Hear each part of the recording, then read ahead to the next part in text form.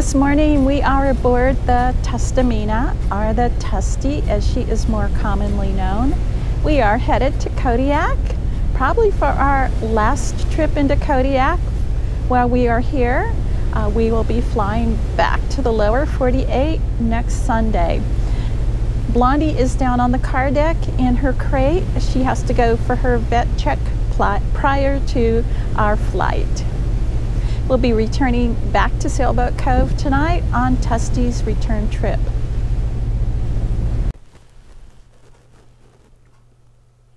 The Tustumena calls at Helsinki early on Friday and Monday mornings every 2 weeks. It makes a return trip from Kodiak in the evening, so it's great for a day of shopping. When we rode the Tusty on an earlier occasion, we brought wheeled suitcases in which to bring back our grocery shopping. On our trip with Blondie, we did the same thing. It's convenient transportation for remote residents, especially when the seas are too rough to make the trip in a smaller boat.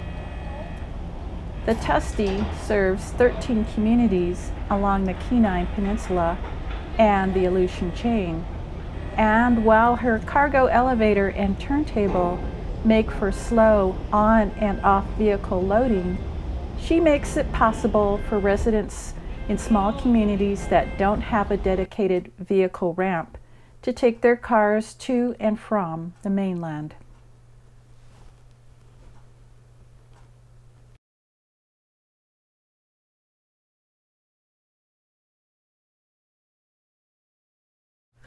The Tustumena is one of 2 certified ocean-class ferries operated by the Alaska Marine Highway.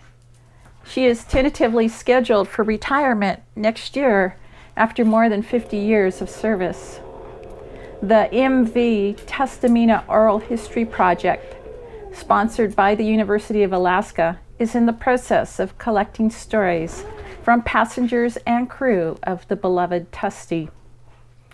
There is a great 40-second video of the Tusty in rough seas on YouTube, taken from a similar vantage point. I'll post the link in the description. I remember last winter when John and Christy were in the boatyard in Mexico working on their catamaran, and they got word a devastating winter storm with winds in excess of 100 miles an hour had struck the island of Kodiak. After the storm, Jean crossed the strait to check on Sailboat Cove and reported one of Camille's docks had broken loose and washed ashore. Luckily, Camille was safe in a slip in Helsinki. In addition, multiple trees were down, including one that damaged the hoop house. John and Christy spent the spring and early summer clearing away fallen trees, and in late August, the damage to the hoop house was ready to be addressed. John and I assessed the damage and determined the end structure needed replacing, in addition to the 2 adjacent full hoops. The subsequent 3 hoops were partially damaged, and the undamaged halves could be salvaged. We pulled the plastic off the end portion of the hoop house.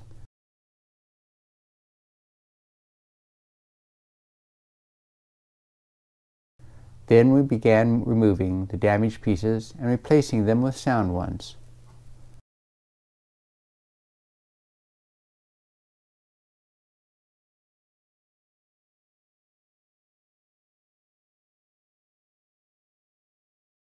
The tractor was essential in providing a handy elevated platform from which to work and giving a little push as needed.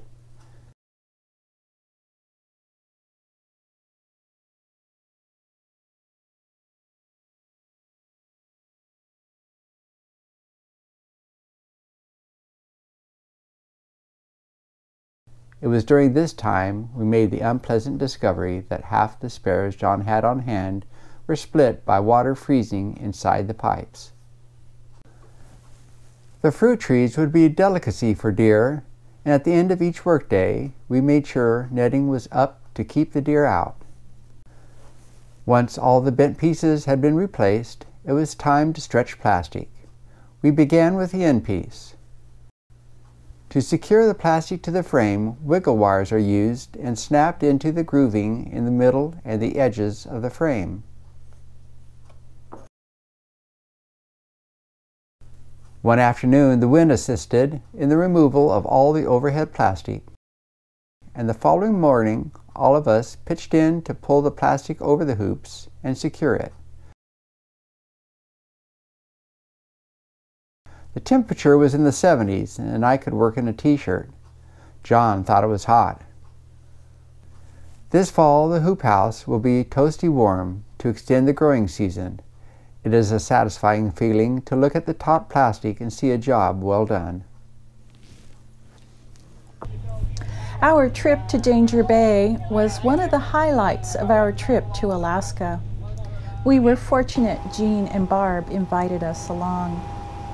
In addition to observing commercial salmon fishing, which I included in a previous video, we saw the huge logging operation of the Uzinki Native Corporation.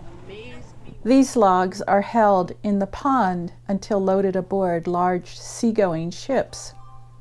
Unfortunately, there was no ship the day we visited.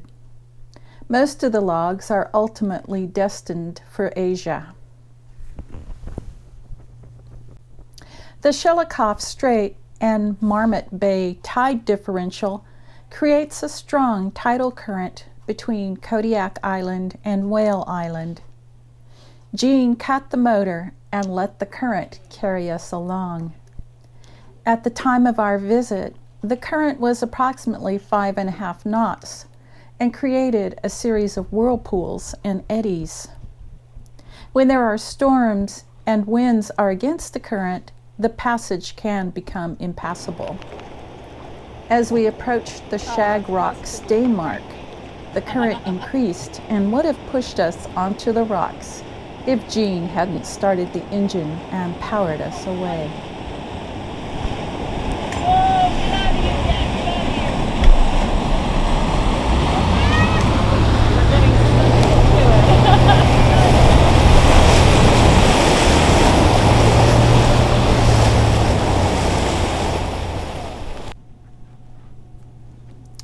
When we leave Alaska, we will miss Sailboat Cove and John and Christy immensely.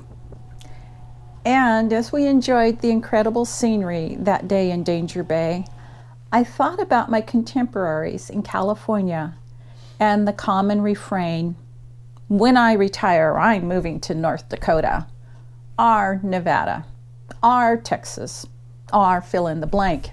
Usually it is to a state that has lenient taxes and governmental fees.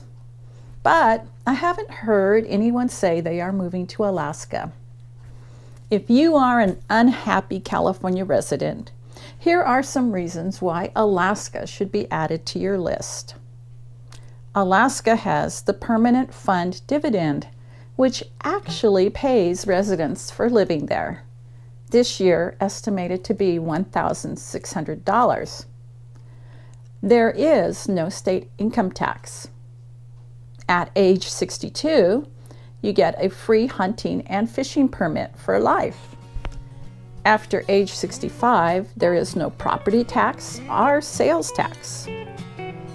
There's inexpensive vehicle registration, the cheapest ocean beachfront property in the nation, and the list goes on and on. Did I mention the scenery? With our glowing reports about Alaska, our friends in California ask if we are going to move to Alaska. But right now, we've got other plans.